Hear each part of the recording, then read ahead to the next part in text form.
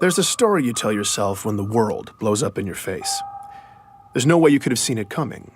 No one could have, so there was no way to stop it. This is what lets you sleep at night. But go back in your mind to before it all happened. Replay it in your head, except this time, maybe you'll see it. Something small, out of place. Maybe it's just a single thread, but it's the truth. Nobody saw it coming when they arrived. An alien race known as the Covenant. Before 2552, there was no way anything like that could ever happen on Earth.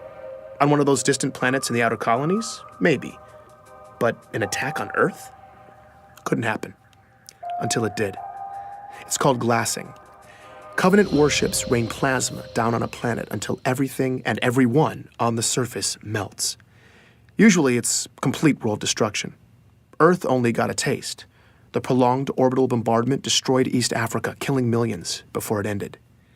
None of us were safe anymore. But something else happened that day too.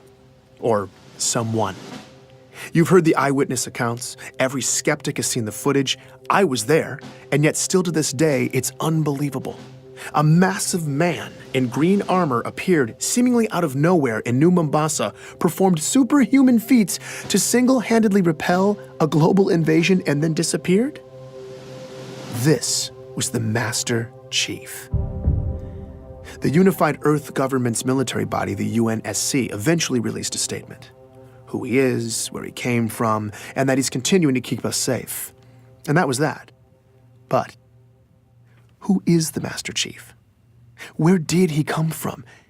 Is he continuing to keep us safe? I'm Benjamin Giroux, and this is Hunt the Truth. For all us cosmopolitan Earth types who don't venture into the far reaches of space, there's a planet way out in the outer colonies called Eridanus II. If you're thinking of visiting, don't bother. It was catastrophically glassed in a Covenant attack in 2530. But 19 years before it got wiped out, our hero, Master Chief Petty Officer John 117, then known as John, was born in a metropolis called Elysium City. That's where I started. Do I remember him? Oh, yeah, you don't forget a kid like that. That's Dion Govender. He chatted with me from his home in the outer colonies. Dion's retired now, but years ago he taught John at Elysium City Primary Education Facility number 119. Apparently schools in the outer colonies don't have the catchiest names. John was something else. He was sharp and quick, always evaluating the situation. Other kids just gravitated to him, you know? Dion seemed most excited to talk about John's athletic ability. The kids used to play King of the Hill after school. You know, the old game where you wrestle and push each other to try to be the last man standing. I would walk by sometimes, see him playing after school, you know, and without fail, I swear, it was always John standing alone at the top of that hill. Right. Yeah, every single day. Yeah. Matter of fact, I think the other kids ended up fighting for who got to be king halfway up the hill, because nobody was messing with John. I definitely remember John. You're going way... That's Ellie past Bloom, that question. another lifelong resident of the outer colonies. When she was young, she and John lived on the same street, just a few houses down. Well, he was a little younger than me, but let me tell you, that boy did not look like a kindergartner. He was a big kid. My friend Katrina and I used to meet him in this vacant lot in the neighborhood. The three of us would build these obstacle courses out of random junk and then race. You know, just kid stuff. As Ellie talked about her early years in Elysium, it wasn't long before she was getting nostalgic. On warm nights, sometimes our parents would let us go out to the green space and lie in the grass. And we'd just lie there, stare up at the stars. It was a nice place to grow up. Finding Ellie was a huge win for me. When a planet's been glassed, tracking down former residents can be damn near impossible. Any records kept locally, paper, hardened data storage, even human memories, after a full-scale glassing, they're just gone. Thankfully, though, the Office of Naval Intelligence, or ONI, had furnished me with a list of interviewees. That's how I'd gotten Dion. But I wanted to go the extra mile with this story, so I'd hit up some of my old connections in the outer colonies looking for more sources. Ellie was my only hit so far. Did you keep in touch with John? No, I wasn't allowed to use Waypoint much when I was little. But I did keep in touch with Katrina. We still talk, actually. You know, she probably remembers John. I'm gonna tell her I talked to you. Wait, what was this for again? It's a military thing? Oh, no, John is the Master Chief. What?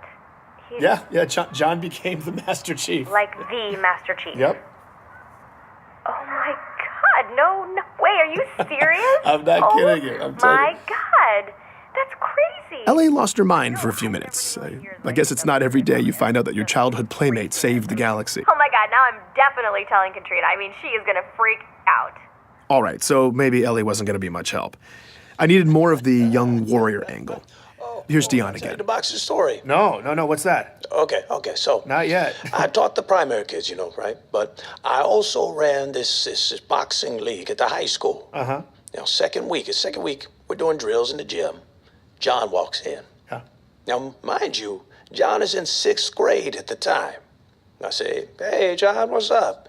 He says, I want to sign up for boxing. And I say, John, you're 12.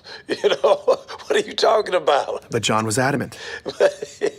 But I look at him and he ain't leaving. Right. So I said, okay, what the hell? Figure let it be a formative lesson for the kid. I don't know what it. So I put him in the ring with one of the smaller guys. John pummeled this boy. It was over in about 15 seconds, okay? So, all right, I put him in with this bruiser. Now, a real good fighter, Yeah. okay? Good fighter. 2 punches. John laid him out. 12 years old. I liked talking to Dion. Never seen anything He was like warm and funny in that grandfatherly memory lane kind of way. Never missed a practice. I realized I'd gotten lost in it all when the narrative took a dark turn. But then, one week, John just didn't show up. It was 25-24. John was 13. That's when the nightmare of the insurrection that had been plaguing the outer colonies finally landed on John's community. Under pressure from UNSC troops, the rebels were on their last leg, desperately seizing territory in the region and launching paranoid inquisitions to find spies. Civilian abductions and interrogations became commonplace. They would just, question you. Just these meaningless questions for hours and hours.